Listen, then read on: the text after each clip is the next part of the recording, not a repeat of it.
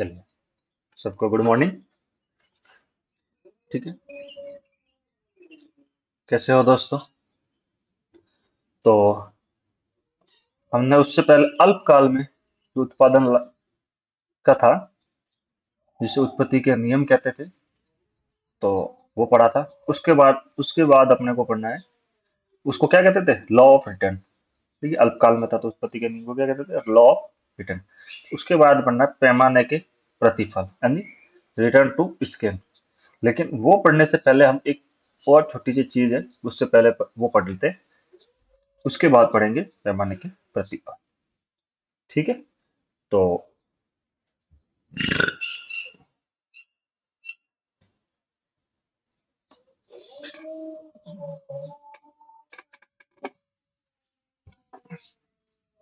उसको कहते हैं समूह उत्पाद वक्र एवं साधनों का न्यूनतम लागत संयोग। क्या कहते हैं? साधनों का न्यूनतम लागत संयोग।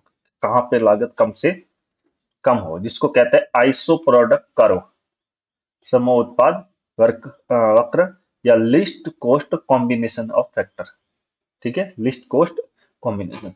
तो इसको आइसो प्रोडक्ट कर्व कहते हैं। क्या कहते हैं? Iso product curve. इसलिए इसको शॉर्ट में हम कई जगह यूज करेंगे, आईपीसी। आईपीसी, ठीक है, आईपीसी यानी आइसो प्रोडक्ट कर्व। ठीक है, तो पहले देखते हैं कि समूह उत्पाद वक्र का क्या अर्थ है। तो आइसो प्रोडक्ट दो शब्दों से बना है। आइसो प्रोडक्ट, समूह उत्पाद, जो समूह उत्पाद है ना, दो आइसो प्रोडक्ट दो शब्दों से बना है, जिसमें एक प्रथम शब्द है आइसो, जिसका अर्थ होता है समान, एवं दूसरा शब्द है प्रोडक्ट, जिसका मतलब होता है उत्पादन या वस्तु। ठीक है, और उसको जब एक रूप करेंगे तो क्या निकलता है? समूह उत्पाद वक्र। ठीक है, तो वक्र का अर्थ उत्पादन के साधनों के ऐसे संयोग को प्रदर्शित करने से है, जिससे उत्पादक वस्तु की समान मात्रा उत्पादित कर सकता है। ठीक है, साधनों के ऐसे संयोग, मतलब साधनों के तो अलग अलग संयोग होंगे, लेकिन वस्तु के उत्पादन की मात्रा क्या होगी? समान कर सकता है। अन्य शब्दों में समूह उत्पाद या सम उत्पाद वक्र दो उत्पत्ति के साधनों के ऐसे विविध संयोगों का बिंदु पथ है। ठीक है, संयोगों का क्या है? बिंदु पथ। बिंदु पथ कैसा होता है? जैसे ये बिंदु, ये बिंदु, बिंदु बिंदु बिंदु, जैसे इनको मिला लिया तो ये बिंदु पथ से क्या बन गया? एक वक्र। तो वक्र क्या था? बिंदु पथ ही होता है। ठीक है, जिससे उत्पादक में एक समान उत्पादन मिलता है। कीर स्टीड के शब्दों में समूह उत्पाद वक्र दो साधनों के उन संबंधित संभावित संयोगों को बताता है, जो कि एक समान कुल उत्पादन प्राप्त करते हैं। जो कि एक समान कुल उत्पादन प्राप्त करते हैं। ठीक है, आगे इस प्रकार समूह उत्पाद वक्र उपभोक्ता के उदासीनता वक्र की भांति होते हैं। कैसे होते हैं? उदासीनता वक्र, जो डिमांड से पहले अपन पढ़ते हैं ना, उदासीनता वक्र, उसके जैसे ही होता है। ठीक है, जिस प्रकार उदासीनता वक्र दो वस्तुओं के विभिन्न संयोगों से उपभोक्ता को प्राप्त होने वाले समान संतुष्टि को स्पष्ट करता है। ठीक है, ठीक उसी प्रकार समूह उत्पाद, वो उपभोक्ता के लिए, विक्रेता के लिए है। ठीक है, उसी प्रकार समूह उत्पाद वक्र दो उत्पत्ति के साधनों के विभिन्न संयोगों को उत्पादक को प्राप्त होने वाले समान उत्पादन स्तर को बताता है। इसी कारण समूह उत्पाद वक्र को उत्पादन उदासीनता वक्र भी कहते हैं। ठीक है, उदासीनता उत्पादन वक्र भी कहते हैं। ठीक है, तो इसकी एक टेबल बनाइए, तो उसका देखिए कि कुछ संयोग है, जैसे ए संयोग, बी संयोग, सी, डी और ई संयोग है। इसमें वाला ए में क्या है? श्रम की मात्रा, एक्स साधन श्रम लिया है, वाई साधन पूंजी लिया है। ठीक है, एक्स श्रम है और वाई पूंजी है।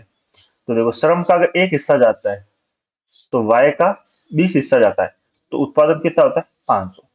ठीक, अब अगर श्रम का एक साधन और बढ़ा दिया तो पूंजी का 6 साधन कम करके मतलब 14 साधन हो गए। उसमें एक बढ़ाने के लिए उसको कितना देने पड़े? 6 कम करने पड़े।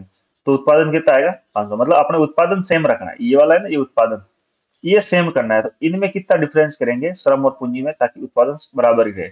ठीक है, तो देखो, श्रम की एक एक इकाइयां बढ़ाया जाते हैं, देखो उत्पादन की अलग अलग इकाइयां कटती, पहले 6 घट गई, फिर अब देखो 4 घट गई, तब 10 आ गए। उसके बाद देखो 3 से 4 हुआ, एक बढ़ा, तो यहाँ पे 10 से 8 में मतलब 2 कम हुआ। फिर 4 से 5 में एक बढ़ा, और लेकिन 8 से 7 में एक कम हुआ। ठीक है, तो इसको क्या कहेंगे? एक समूह उत्पाद तालिका, ठीक है। और इसी से क्या बनेगा, समुत्पाद वक्र। उसके आगे देख रखा है एक तकनीकी सीमांत प्रतिस्थापन दर, ये भी एक होती है जो आगे टॉपिक में इसकी थ्योरी बताएंगे, लेकिन यहाँ पे इसका एक टेबल के अंदर मैंने दिया है।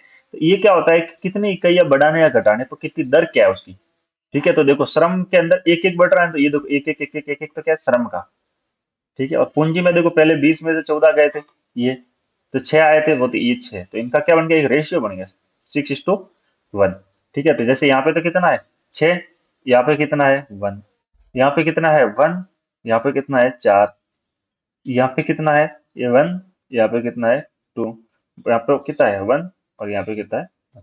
तो इनका जो रेशियो बनता है इसी को क्या कहते हैं, तकनीकी सीमांत प्रतिस्थापन दर, मार्जिनल रेट ऑफ टेक्नोलॉजी, ठीक है। अब देखो इसको ही हम ग्राफ में बताए, ठीक है।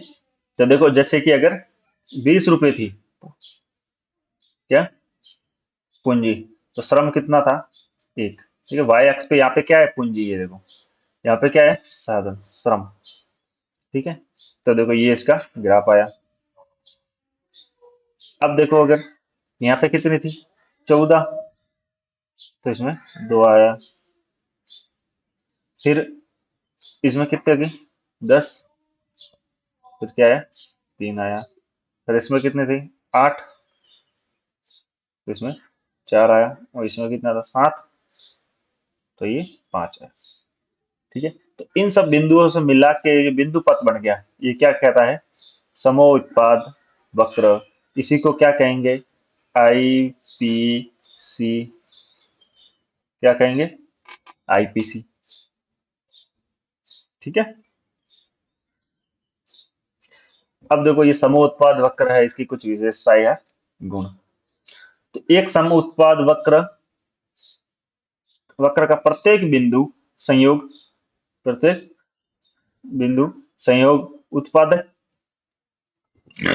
के समान उत्पादन को व्यक्त करता है, कि मतलब प्रत्येक बिंदु पे कितना होगा उत्पादन समान होगा, ठीक है। कैसे होगा, ये देखो बढ़ता है, देखो यहाँ पे भी अगर 500 हो रहा है, यहाँ पे भी 500 हो रहा है, यहाँ पे भी 500 हो रहा है, और यहाँ पे भी 500 हो रहा है, और यहाँ पे भी 500 हो रहा है, वैल्यू किसकी चेंज होगी साधन की, पूंजी और श्रम की, ठीक है। और ये देखो यहाँ पे भी था ना, ये 500 500 500, तीन दो में क्या है?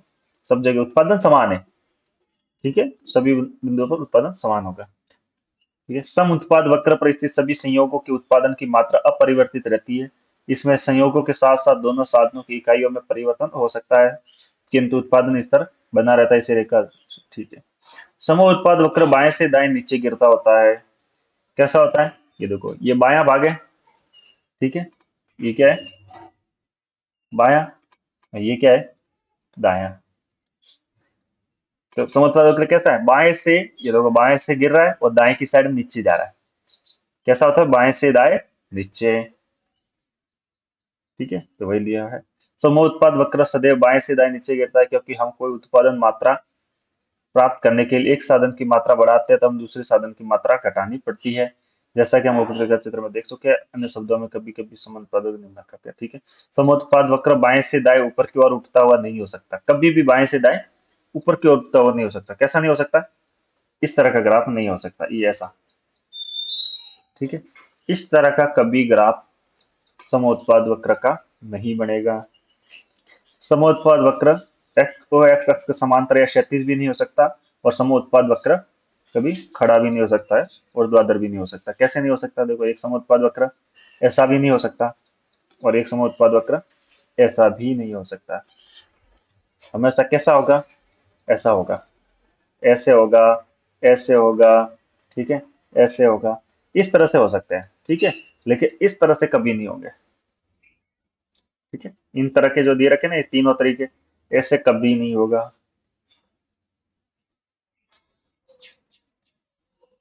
समोत्पाद वक्र मूल बिंदु की ओर उन्नतोदर होता है, उन्नतोदर मतलब convex to origin point, convex to origin point, इधर ही मैं बता देता हूँ आपको, जैसे चलिए ठीक है, ये इसको कहते हैं कॉन्वेक्स, मतलब जो ये वाला है ना झुका हुआ ऐसा, इसकी ओरिजिन, ओरिजिन क्या है मूल बिंदु ओ बिंदु का कैसा है झुका हुआ अंदर, तो इसको कहते हैं कॉन्वेक्स, ठीक है। जो होता है ना उत्तल और अवतल, जो आपने कभी दर्पण पढ़े होंगे, लेंस पढ़े होंगे कहीं साइंस में, तो उत्तल अवतल का नाम सुना होगा ना, तो वही है ये उत्तल कॉन्वेक्स। मतलब इधर के अंदर अंदर की ओर झुका हुआ है ना, कॉन्वेक्स व कॉनकेव। तो ये कैसा है, कॉन्वेक्स। और अगर ऐसा होता तो वो क्या होता है, कॉनकेव। और ऐसा है तो क्या है, कॉन्वेक्स। आया समझ में। इसका कारण यह है कि यदि एक साधन की मात्रा में वृद्धि कर दी जाती है तो दूसरे साधन में भी इसका सीमांत महत्व घटता है। अर्थात यदि हम श्रम की मात्रा बढ़ाते हैं तो पूंजी की मात्रा को घटाना पड़ता है। प्रारंभ में प्रतिस्थापन की दर अधिक होती है, परंतु जैसे जैसे हम एक साधन को बढ़ाते जाते हैं वैसे वैसे इसका महत्व कम होता जाता है। ठीक है, जैसे जैसे बढ़ाते जाते हैं वैसे वैसे महत्व कम हो जाता था। देखो पहले 6 बढ़ाए थे, अब 6 घटे थे, फिर 4, फिर 2, मतलब धीरे धीरे उसका महत्व कम होता जा रहा है। ठीक है, तो पहले प्रतिस्थापन की दर क्या होती है, ज्यादा होती है। देखो पहले 6, फिर 4, फिर 2, फिर 1। इसके कारण भी वो कैसा होता है, मूल बिंदु की उन्नत दर, मतलब कि कॉन्वेक्स। ठीक है, फिर है सम उत्पाद का मानचित्र। देखो एक तो वक्र बना, इन वक्रों के ग्रुप बना देंगे अपन, तो वो क्या बन जाएगा, मानचित्र। ठीक है, जैसे ये मैं बताता हूँ। ठीक है, जैसे अपना एक है ये, एक ये है, एक ये, इनमें क्या होगा, उत्पादन अलग अलग होगा। जैसे मान लो ये 500 उत्पादन करने का था, ये 600 उत्पादन करने का था, ये 700 उत्पादन करने का था, ये 800 उत्पादन करने का था। ये क्या, इसको क्या कहेंगे, मानचित्र। ठीक है, तो एक उत्पादक के समक्ष अनेक आईपीसी हो सकता है। आईपीसी यानी सम उत्पाद वक्र।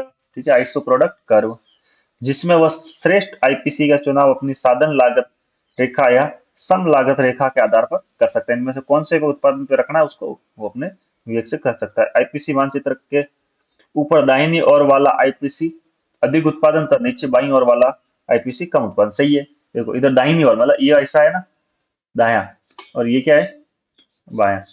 तो देखो देखो जैसे जैसे नीचे जाओगे तो उत्पादन कम हो रहा है, देखो। और जैसे जैसे ऊपर जाओगे, ये देखो ऊपर गए तो क्या है, उत्पादन ज्यादा है। मतलब इस ग्राफ पे कितना 500 हो रहा है, इस पे कितना हो रहा है 600 हो रहा है, इस पे कितना हो रहा है 700 हो रहा है, इस पे कितना हो रहा है 800 हो रहा है। मतलब इधर आ रहे हो दाईं ओर जब तो बढ़ रहा है, और बाईं ओर आ रहा है तो क्या है, उत्पादन घट रहा है। दो समोत्पाद वक्र कभी एक दूसरे को नहीं काटते, बिल्कुल सही बात है। दो समोत्पाद वक्र कभी नहीं काटते। जैसे ये समोत्पाद वक्र है ना, तो दूसरा वाला ऐसे काट नहीं सकता कहीं। ठीक है, वो अगर ऐसा है तो वो ऐसा ही रहेगा। ठीक है, बिल्कुल क्लोज में भी आ सकता है। ठीक है, लेकिन इसको छू भी नहीं सकता, और इससे वापस ऊपर रहेगा। तो अगर छू लिया तो उसका मतलब क्या है कि दोनों वक्र पे एक पॉइंट ऐसा आ जाएगा जहां पे उत्पादन बराबर होगा। और ये तो हमारी समोत्पाद वक्र की परिभाषा ही नहीं कहती कि दोनों समोत्पाद वक्र का क्या होगा, मतलब 1 रुपए का ही डिफरेंस हो या कितना भी, मतलब 1% का ही फर्क हो, लेकिन फर्क जरूर रहेगा। कभी टच नहीं होगा, बराबर तो एक पॉइंट भी नहीं होगा। तो कट करना या टच करना तो हो ही नहीं सकता। ठीक है,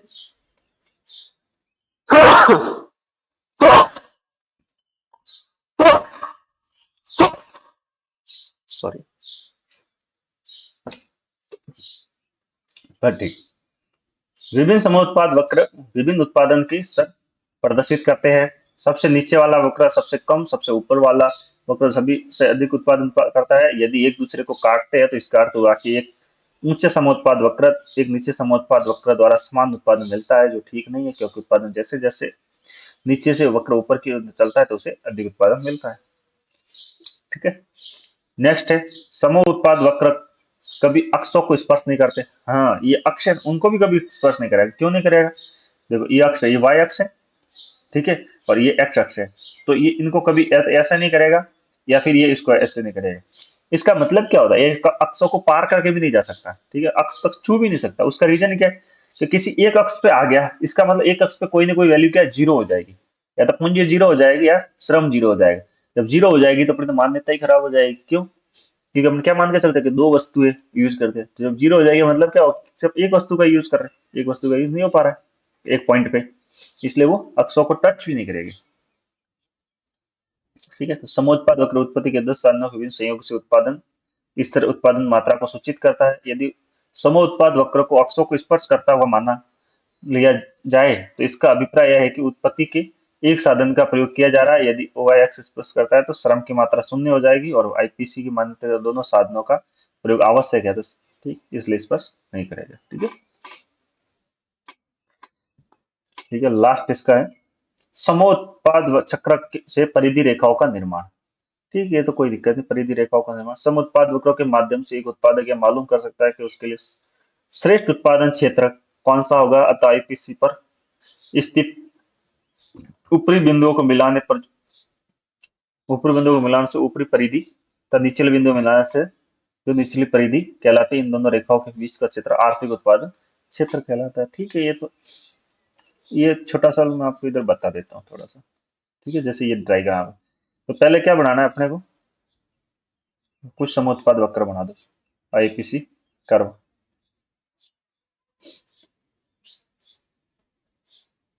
ये है, इसके बीच में 45 लाइन भेज लो। अब क्या करेगा उपभोक्ता? कुछ इनका है ना एक परिधि बना देगा। ठीक है, एक वाई एक्स की बना ले, एक एक्स की बना देगा। ठीक है, एक ऊपरी ऊपरी बिंदु वाले, ऊपरी बिंदु क्या है? ये वाले है ना, ये ऊपरी बिंदु है। मतलब ऊपर में वो कितना किसी पूंजी का, मतलब ये क्या है?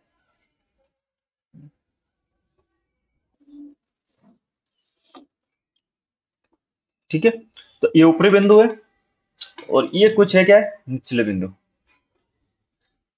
ठीक है, तो जो ऊपरी बिंदुओं को मिलाती हुई कोई रेखा निकालेंगे अपन, ये, और निचले बिंदुओं को मिलाते हुए एक रेखा निकालेंगे, ये।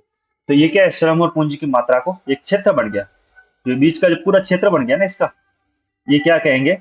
Economic production, IP, economic production. ये जो बीच का है ना पूरा ये क्षेत्र है, ये वाला। ठीक है, ऐसे कहते हैं समझ पूरी रेखाओं का निर्माण। ठीक है, अब जब मैंने उस टेबल के अंदर मैंने ये जो चीज बताई थी ना, उसी का है ये वाली जो चीज है ना। ठीक है, टेबल उसी के साथ में है। तकनीकी प्रतिस्थापन की सीमांत दर, marginal rate of technical substitution. ठीक है, उदासीनता वक्र विश्लेषण में दो वस्तुओं एक्स एवं वाई के मध्य प्रतिस्थापन की दर, ठीक है, रेट का अध्ययन किया जाता है। इसी प्रकार समोत्पादन वक्र, वक्रों के क्षेत्र में किन्हीं दो उत्पादन साधनों के मध्य तकनीकी प्रतिस्थापन की दर की व्याख्या करते हैं। दो उत्पादन साधनों के मध्य टेक्नोलॉजी किस प्रकार ट्रांसफर हो रही है, मतलब किसकी ज्यादा यूज करे, किसका कम हो रहा है। ठीक है, दो साधनों के मध्य तकनीकी प्रतिस्थापन की सीमांत दर का अर्थ उस दर से है जिसके अनुसार उत्पत्ति मात्रा को स्थिर रखते हुए एक साधन को दूसरे साधन के स्थान पर प्रतिस्थापन करने पर, ये देखो तकनीकी प्रतिस्थापन का मतलब क्या हो गया? एक साधन की जगह दूसरे साधन को स्थापन करने का किया जाता है। तो अन्य शब्दों में एक साधन को दूसरे साधन के स्थान पर करने की क्षमता योग्यता को तकनीकी प्रतिस्थापन दर कहते हैं। ठीक है, इसका फॉर्मूला क्या है? M R T X Y upon क्या होगा? Minus delta Y upon delta X. यही बराबर किसके होता है? इसी को क्या सकते हैं? साधन एक्स में परिवर्तन बटे साधन वाई में परिवर्तन। और यही क्या कह सकते हैं? डेल्टा के अपॉन डेल्टा एल। तो डेल्टा, देखो ये तो वाई और एक्स तो पता समझ गए, साधन है, पूंजी या श्रम। ठीक है, ये वाई और एक्स तो क्या ले रखा आपने? पूंजी और श्रम। ठीक है, और ये डेल्टा के क्या है, डेल्टा एल क्या है? तो आपको पता होगा डेल्टा के का मतलब है, के यानी पूंजी, और यहाँ पे डेल्टा एल का मतलब क्या है? श्रम। क्योंकि जो एल से लेबर, के से कैपिटल, वैसे सी से कैपिटल होता है, लेकिन अपन यहाँ पे जो ये टॉपिक है, इस टॉपिक में माइक्रो इकोनॉमिक्स में के से डिनोट करते हैं। ठीक है, और जो इसकी टेबल मैंने बताई थी, कैसे हो रही थी ये चीज, ये कि पहले कितनी प्रतिस्थापन हो रहा है, मतलब साधन एक्स श्रम का एक छोड़ने पे साधन वाई की कितनी पूंजी लगानी पड़ रही है? 6, मतलब ये हो गया ना। ठीक है, इधर वाला हिस्सा किसका है? श्रम का, ये है श्रम का, ये है पूंजी का। ठीक है, तो ऐसे देखो कि मतलब श्रम का एक हिस्सा छोड़ेंगे तो पूंजी के 6 लगाएंगे, उतना ही उत्पादन कर रहा। अगर श्रम का फिर और एक छोड़ते हैं तो पूंजी के 4 हिस्से और मतलब एक प्राप्त करने के पूंजी के 4 हिस्से और छोड़ने पड़ेंगे। ठीक है, इसी प्रकार श्रम का एक और लेते हैं तो पूंजी के 2 हिस्से छोड़ने पड़ेंगे, और लास्ट में इधर श्रम का एक छोड़ेंगे तो पूंजी का भी एक। तो ये जो दर चल रही है, इसी दर को क्या कहते हैं? तकनीकी सीमांत प्रतिस्थापन की दर कहते हैं। ठीक है, तो ये तो था अपना आइसो प्रोडक्ट कर्व, जो एक बीच का टॉपिक था। अब हम पढ़ेंगे जो अपना उसके बाद का टॉपिक है, जो अल्पकाल में पढ़ने पड़े थे ना, लॉ ऑफ रिटर्न, उसके बाद का है रिटर्न टू इसकी। ठीक है, उत्पत्ति के नियम, और ये है पैमाने के प्रतिफल। क्या है? पैमाने के प्रतिफल, दूसरा नंबर टॉपिक आ गया, पैमाने के प्रतिफल। पैमाने के प्रतिफल की अवधारणा। ठीक, पैमाने के प्रतिफल रिटर्न टू स्केल एक महत्वपूर्ण आर्थिक अवधारणा है। यह समझने में मदद करती है कि किसी उत्पादन प्रक्रिया में जब इनपुट संसाधनों को समान अनुपात में बढ़ाया जाता है तो उत्पाद आउटपुट किस प्रकार बदलता है। मतलब उत्पादन प्रक्रिया में जब सभी इनपुट संसाधन, क्योंकि पैमाने के प्रतिफल किससे संबंधित है, दीर्घकाल। ठीक है, इसको क्या कहेंगे, दीर्घकाल। पैमाने के प्रतिफल किससे संबंधित है, दीर्घकाल से। तो दीर्घकाल में क्या होता है, कोई साधन स्थिर तो रहता नहीं, सब साधन क्या है, अस्थिर या परिवर्तनशील। मतलब क्या, सारों में चेंज कर सकते हैं। ठीक है, तो इसमें सभी इनपुट को संसाधनों को समान अनुपात में बढ़ाया जाता है तो उत्पाद आउटपुट किस प्रकार बदलता है। ये किसमें मापेंगे, पैमाने के प्रतिफल में। तो पैमाने के प्रतिफल का संबंध उत्पादन प्रक्रिया में उपयोग किया जाने वाले संसाधनों की मात्रा में समान आनुपातिक वृद्धि, कैसी है, समान अनुपातिक वृद्धि से। अगर किसी उत्पादन प्रक्रिया में श्रम, पूंजी या अन्य संसाधनों को एक साथ बढ़ाया जाता है तो इससे उत्पादन पर क्या प्रभाव पड़ता है। इसका अध्ययन ये समझने में मदद करता है कि बड़े पैमाने पर उत्पादन करने से कंपनियों को क्या लाभ या हानि हो सकती है। ठीक है, इसके तीन श्रेणियां है, एक वृद्धि प्रतिफल, एक स्थिर प्रतिफल और एक घटती हुई प्रतिफल। ठीक है, तो तीनों पढ़ते हैं। ठीक है, पैमाने के प्रतिफल के प्रकार, पहला वृद्धि होती प्रतिफल, इंक्रीजिंग रिटर्न टू स्केल। कौन सा है, पहला कौन सा है, वृद्धि होती प्रतिफल यानी इंक्रीजिंग रिटर्न टू स्केल। ठीक है, अब देखो, जो भी ये प्रतिफल पढ़ रहे हैं ना अपन, ये आप उत्पत्ति के नियम पढ़ रहे थे, इनमें एक चीज क्या थी, जो टोटल उत्पादन था वो बढ़ेगा हमेशा। सबसे इंपॉर्टेंट रोल कौन निभाता है इसमें, एमसी, मार्जिनल कॉस्ट, सीमांत लागत, उसी पे होता है, या सीमांत उत्पादन। ठीक है, बाकी टोटल तो दोनों बढ़ना ही है। ठीक है, वृद्धि होते प्रतिफल तब होता है जब इनपुट को समान अनुपात में बढ़ाने पर आउटपुट उससे अधिक अनुपात में बढ़ता है। ठीक है, और इनपुट तो एक समान, सब में समान नहीं बढ़ेगा, लेकिन आउटपुट कैसा आता है, जो आउटपुट बढ़ेगा, आउटपुट उससे भी अधिक बढ़ता है। ठीक है, तो उसको क्या कहेंगे, वृद्धि होती प्रतिफल। उदाहरण के लिए यदि श्रम और पूंजी को 50% बढ़ाने पर उत्पादन 80% बढ़ गया। ठीक है, श्रम और पूंजी इनपुट कितना लगा 50%, लेकिन आउटपुट कितना आया 80%। क्या हुआ, इसे वृद्धि नियम कहते हैं ना, इसलिए इसे वृद्धि प्रतिफल कहा जाता है। यह आमतौर पर उन परिस्थितियों में होता है जब बड़े उत्पादन पैमाने पर उत्पादन करने की दक्षता होती है, सुधार होता है, जिससे बड़े पैमाने पर उत्पादन के मामले में देखा जाता है। ठीक है, वृद्धि होती प्रतिफल का एक मुख्य कारण हो सकता है कि जब उत्पादन की मात्रा बढ़ाई जाती है तो कुछ निश्चित लागतें, जैसे मशीन की लागत स्थिर होती है, जिससे प्रति यूनिट उत्पादन लागत कम हो सकती है। इसके अलावा बड़े उत्पादन स्तर पर श्रमिकों और मशीनों का अधिक कुशल उपयोग किया जाता है। बड़े स्तर पर जितना होंगे तो उनका क्या पूरा यूटिलाइज कर पाएंगे। उदाहरण के लिए एक बड़ी ऑटोमोबाइल कंपनी उत्पादन को बढ़ाने के लिए नई तकनीकें, कुशल उत्पादन विधियों का उपयोग कर सकती है, जिससे उत्पादन की कुल मात्रा में वृद्धि होती है और लागत कम होती है। उससे क्या होगा, बड़े स्तर पर करेगी तो क्या उत्पादन की मात्रा में तो वृद्धि होगी लेकिन लागत कम आएगी। इससे भी क्या होता है, उत्पादन का वृद्धि नियम लागू होता है। जैसे देखो, ये एक टेबल दी रखी है कि यहाँ पे तो क्या श्रम और पूंजी की इकाई आती है, एक एक श्रम और एक एक पूंजी की इकाई यूज करते हैं। इसमें देखो हमेशा समान यूज होगी। ठीक है, ये देख लो, इस चीज को ध्यान देना, इनपुट हमेशा समान होगा। अगर एक श्रम इकाई की लगाई तो एक ही पूंजी की, क्योंकि दीर्घकाल है ना, तो सब में बराबर वृद्धि करेंगे। ठीक है, परिवर्तन क्या होगा, सब इकाइयों में बराबर होगा। ठीक है, यहाँ पे देखो श्रम की दो और पूंजी की दो, फिर श्रम की चार और पूंजी की श्रम, मतलब बराबर होगा। अब देखो उसमें उत्पादन कितना मिल रहा है, कुल उत्पादन कितना मिल रहा है, तो अगर एक एक दोनों का लगा रहे हैं तो उत्पादन कुल एक ही मिल रहा है। अगर दो दो लगा रहे हैं तो उत्पादन तीन लग रहा है, मतलब उससे ज्यादा बढ़ गया। देखो एक से डबल तो दो होना चाहिए था, लेकिन ये तीन बढ़ गया। चार चार लगा रहे तो कितना हो रहा है, 12 हो रहा है। ठीक है, तो उससे भी ज्यादा हो रहा है। और ये, अब ये कुल लागत भी दे रखी है, तो कुल उत्पादन तो ये बढ़ गया। अब देखो इसको साथ लागत बता दे, तो कुल लागत हमेशा क्या होगी, कुल लागत वो भी बढ़ेगी, सेम है। तो देखो यहाँ पे कितनी कुल लागत आ रही थी, दो की, कैसे है, एक प्लस एक दो। यहाँ पे कितनी आ रही थी, चार की, मतलब दो प्लस दो। तो यहाँ पे कितनी आ रही थी, आठ। ठीक है, अब ये औसत लागत कैसे निकालेंगे, कि कुल लागत में कुल इकाइयों का भाग देंगे। तो इकाई कितनी है अपने पास, दो, एक प्लस एक। तो ये दो के अंदर दो का भाग दिया तो कितना आएगा, दो के अंदर,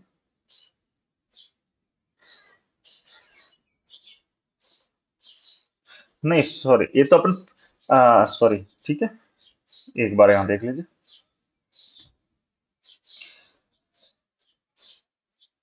ठीक है, देखो यहाँ पे जो ये कुल लागत है ना, कुल लागत,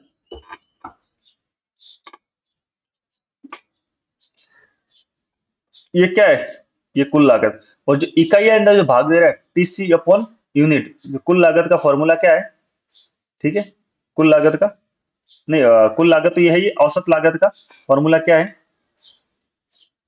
ठीक है, एसी कह दो या एलएसी, एलएसी का मतलब दीर्घकाल की है ना, तो दीर्घकाल की औसत लागत को कहेंगे long term average cost, LAC. तो एलएसी निकालने का फॉर्मूला क्या होगा, टीसी, ठीक है, टीसी भी कौन सी, एलटीसी इसको कह सकते हैं, लॉन्ग टर्म टोटल कॉस्ट है, टोटल कॉस्ट कह दो, अपॉन होता है यूनिट, यूनिट।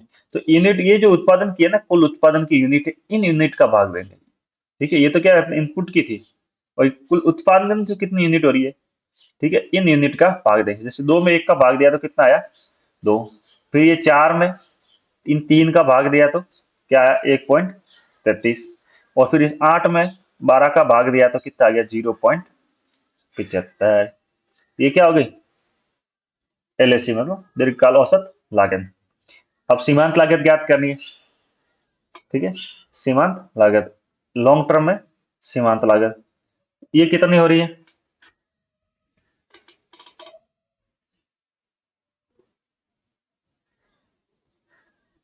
सीमांत लागत, एक सेकंड,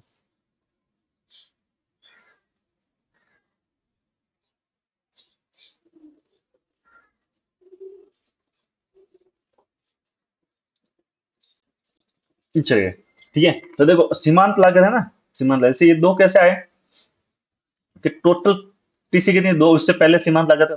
सीमांत लागत का मतलब है एक अतिरिक्त यूनिट का उत्पादन करने पे कितनी लागत आती है, ठीक है। तो इससे पहले की यूनिट तो अपन को पता नहीं, ये पहली इकाई है, तो पहली इकाई के लिए कितने, दो आ रहे, तो ये दो के दो आ गए। फिर देखो आगे कितनी है, दो से कितनी बढ़ गई, थोड़ा सा इसको हटा देते हैं, ठीक है,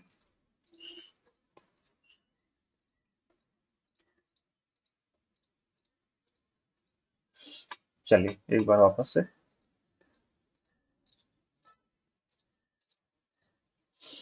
ठीक है, ये अपन पढ़ते सीमांत लागत, दो कैसे आए, कि ये पहले कितनी थी, स्टार्टिंग में दो, और उत्पादन की इकाई, एक इकाई से कितना मिला था, दो का, तो इसके अंदर दो का अंदर भाग दिया, दो आ गया। फिर देखो टोटल लागत में कितनी हो गई, चार, मतलब बड़ी कितनी है, सीमांत लागत किससे निकालेंगे, बड़ी कितनी है, दो की। लेकिन उत्पादन की इकाइयां भी कितनी आ गई, दो ज्यादा बढ़ गई, तो अपने तो सीमांत इकाई तो क्या, एक अतिरिक्त इकाई का ना, एक का है ना, तो इसके अंदर क्या, इस दो का भाग इस दो में दे देंगे, तो कितना आ जाएगा, एक।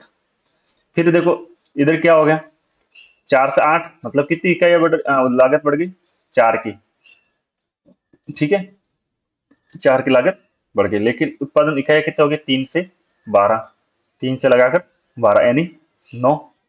तो इस नौ का भाग चार में देखिए कि अपने को कितनी, एक इकाई, ये नौ इकाइयों पे चार बढ़ रही है, एक इकाई पे कितनी बढ़ेंगे, पता है ना, ये देखो फॉर्मूला होता है कि भाई नौ इकाइयों पे चार बढ़ रही है, तो एक इकाई पे क्या होगा, इस नौ का भाग चार में देंगे, तो चार बटे नौ, तो क्या आ जाएगा आंसर, 0.444 आएगा, या 45 आएगा, तो ये 0.45 आया समझ में। चलिए आगे बढ़ते हैं। दूसरा है स्थिर प्रतिफल, constant return of to scale. इसमें क्या रहेगा, कि जितना अपन इनपुट दे रहे हैं उतना ही आउटपुट आएगा, ठीक है।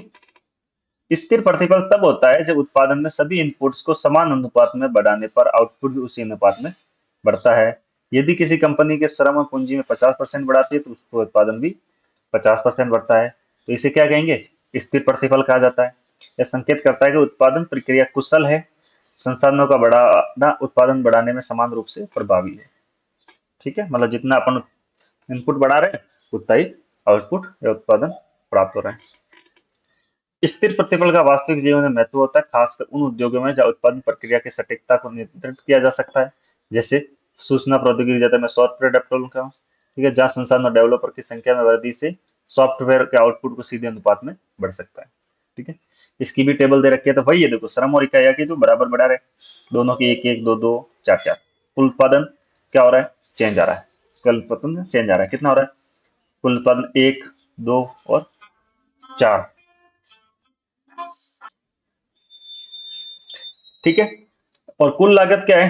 कुल लागत तो वही है, 2, 4 और 8 कैसे होनी है? ये देखो, 1+1, 2+2 और 4+4 कुल लागत। ठीक है, अब एलएसी वैसे ही निकालनी है। औसत लागत कैसे निकलेगी? इन दो में कुल लागत कितनी आ रही है? 2 में किसका भाग देंगे? इन 2 का। हाँ नहीं, इस यूनिट का, सॉरी वापस, ठीक है, इस यूनिट 1 का भाग देंगे, 2 में 1 का भाग दिया कितना आएगा? 2। फिर 4 में इस 2 का भाग दिया कितना आगे? 2। फिर 8 में 4 का भाग दिया कितना आगे? 2। मतलब औसत लागत कितनी है? 2, 2, 2। और उसी प्रकार सीमांत लागत भी 2, 2, 2 आएगी। कैसे आएगी? वही देखो, पहले कितनी थी? 2। इस 2 में इसे 1 का भाग दिया, क्योंकि एक यूनिट ही है, तो कितना आ गया? 2। अब यहाँ पे कितने हैं? 4। मतलब बढ़ कितनी रही है?